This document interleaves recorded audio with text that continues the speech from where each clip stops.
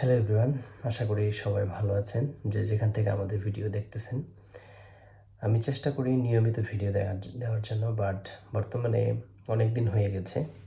আমাদের পারিবারিক কিছু ব্যক্তিগত কিছু কারণে আমি এখন ভিডিওতে আসতে পারি না। তারপরও আমি আপনাদের জন্য আমাদের ইউটিউব চ্যানেলে, ফেসবুক পেজে ভিডিও দেওয়ার চেষ্টা করব যতটুকু পারি।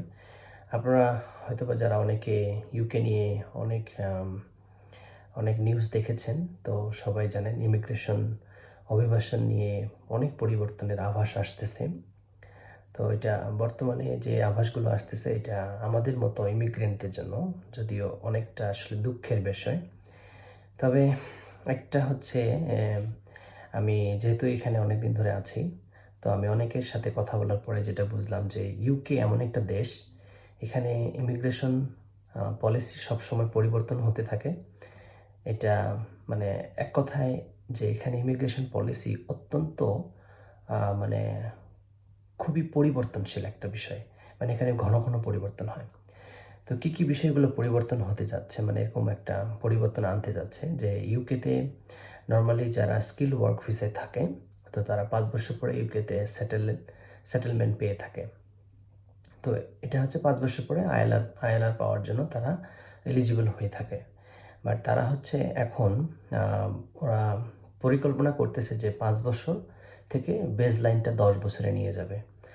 আর যারা হচ্ছে আরকিউএফ লেভেল 6, মানে যারা হচ্ছে লোয়ার স্কিল্ড জব যারা করে, তাদেরকে বিশেষ করে এই মুহূর্তে যারা মনে করেন হেলথ অ্যান্ড কেয়ার ভিসায় যারা আছে, তো তাদেরটা চিন্তাভাবনা করতেছে যে 5 বছরের জায়গায় তাদেরকে 15 বছরে আইএলআরের পরিকল্পনা করতেছে। তো এই মুহূর্তে এই ভিসায় যারা আছে তাদের জন্য এটা অত্যন্ত অনেক দুঃখের বিষয়। কারণ অনেকেই যারা পরিকল্পনা করছে যে এখানে পরিবার নিয়ে সব কিছু নিয়ে একটা সুন্দর নতুন জীবন গড়ে তুলবে, কিন্তু এটা হচ্ছে না। মানে এই প্ল্যানটা যদি সাকসেসফুল হয়ে যায়, বা যারা অলরেডি আছে তাদের জন্য পড়বে কি পড়বে না, এটা নিয়ে এখন পাবলিক কনসালটেশন চলতেছে। তো এটা নিয়ে এখনও কোনো আপডেট আসে নাই। এটা কি এখনও মানে কবে এটা সাকসেস হবে বা কবে এটা আসলে ইমপ্লিমেন্ট হবে। তো এটা এখন ফেব্রুয়ারি পর্যন্ত, 2026 সালের ফেব্রুয়ারি পর্যন্ত এটা পাবলিক কনসালটেশন চলবে। তারপরে এটা হচ্ছে ওরা তখন প্ল্যান করবে এটা আসলে কাদের জন্য প্রযোজ্য হবে আর কাদের জন্য প্রযোজ্য হবে না। তো এই মুহূর্তে সবাই একটা বিশাল বড় বিষণ্ণতার মধ্যে দিয়ে যাচ্ছি, বিশেষ করে আমরা যারা স্কিল ওয়ার্ক ভিসায় যারা আছে। তো এটা হচ্ছে বড় একটা পরিবর্তন। তারপরে যারা স্টুডেন্ট হিসাবে এদেশে আছে এই মুহূর্তে, আপনারা অনেকেই জানেন যে স্টুডেন্ট ভিসায় মাস্টার্স প্রোগ্রামে আগে ডিপেন্ডেন্ট আনা যেত। এখন হচ্ছে নর্মাল যে মাস্টার্স প্রোগ্রামগুলো আছে, টপ প্রোগ্রাম, সেগুলোতে আনা যাচ্ছে না। তো এখন হচ্ছে রিসার্চ বেসড যে মাস্টার্স প্রোগ্রাম, সেখানে হচ্ছে একমাত্র ডিপেন্ডেন্ট আনা যায়।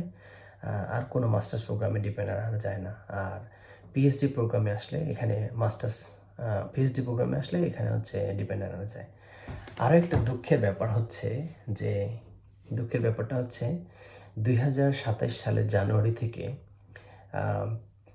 যারা পিএসডাব্লিউতে অ্যাপ্লাই করতে যাচ্ছেন তাদের জন্য পিএসডাব্লিউ হবে 18 মান্থ।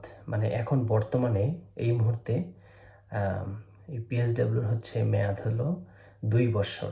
যদি আপনি ব্যাচেলর করেন তাহলে 2 বছর পাবেন, মাস্টার্স করলেও 2 বছর পাবেন, আর পিএইচডি করলে 3 বছর হচ্ছে পিএসডাব্লিউ পাবেন। কিন্তু এটা হচ্ছে এই 2 বছর যেটা পেত, এটা 18 মান্থে চলে যাচ্ছে। মানে এখন বর্তমানে ইমিগ্রেশন যে একটা ক্র্যাকডাউন বলছে, মানে নেট মাইগ্রেশন কমানোর জন্য ইউকে সরকার প্রচুর পরিমাণে চেষ্টা চালাচ্ছে।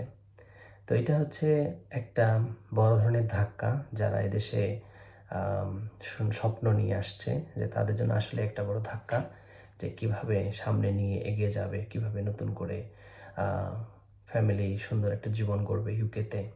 তাদের পরিকল্পনায় একটা বাধা সৃষ্টি হওয়া। তারপরেও আশার বিষয়, আমি অনেকের কাছ থেকে জানতে পারছি যে যতক্ষণ না পর্যন্ত এই রুলস পরিবর্তন হচ্ছে, ল আকারে পাবলিশ হচ্ছে, ততক্ষণ পর্যন্ত আমরা কোনো কিছুই বলতে পারবো না, এবং কোনো কিছুই এটা নিয়ে অগ্রিম ভয় ভীতি নিয়ে চিন্তা করার কিছু নাই। বর্তমানে আমাদের কাজ হচ্ছে সঠিকভাবে কাজ করে যাওয়া এবং যে পাবলিক কনসালটেশনটা ওপেন আছে সেটাতে আমাদের মতামত প্রদান করা। তো এই ছিল হচ্ছে ইমিগ্রেশন পরিবর্তনগুলোর যে আভাস এই মুহূর্তে চলতেছে ইউকে নিয়ে, সেটাই আপনাদের সাথে শেয়ার করলাম। যদি ভিডিওটা ভালো থাকে তাহলে ভালো লাগে থাকে তাহলে আপনারা শেয়ার করবেন এবং আরও যারা ইউকেতে আসার পরিকল্পনা করতেছে তাদেরকে এই ভিডিওটা আপনারা শেয়ার করতে পারেন। তো ভালো থাকবেন। আমি নতুন একটা ভিডিও নিয়ে আবার আপনাদের সাথে হাজির হব।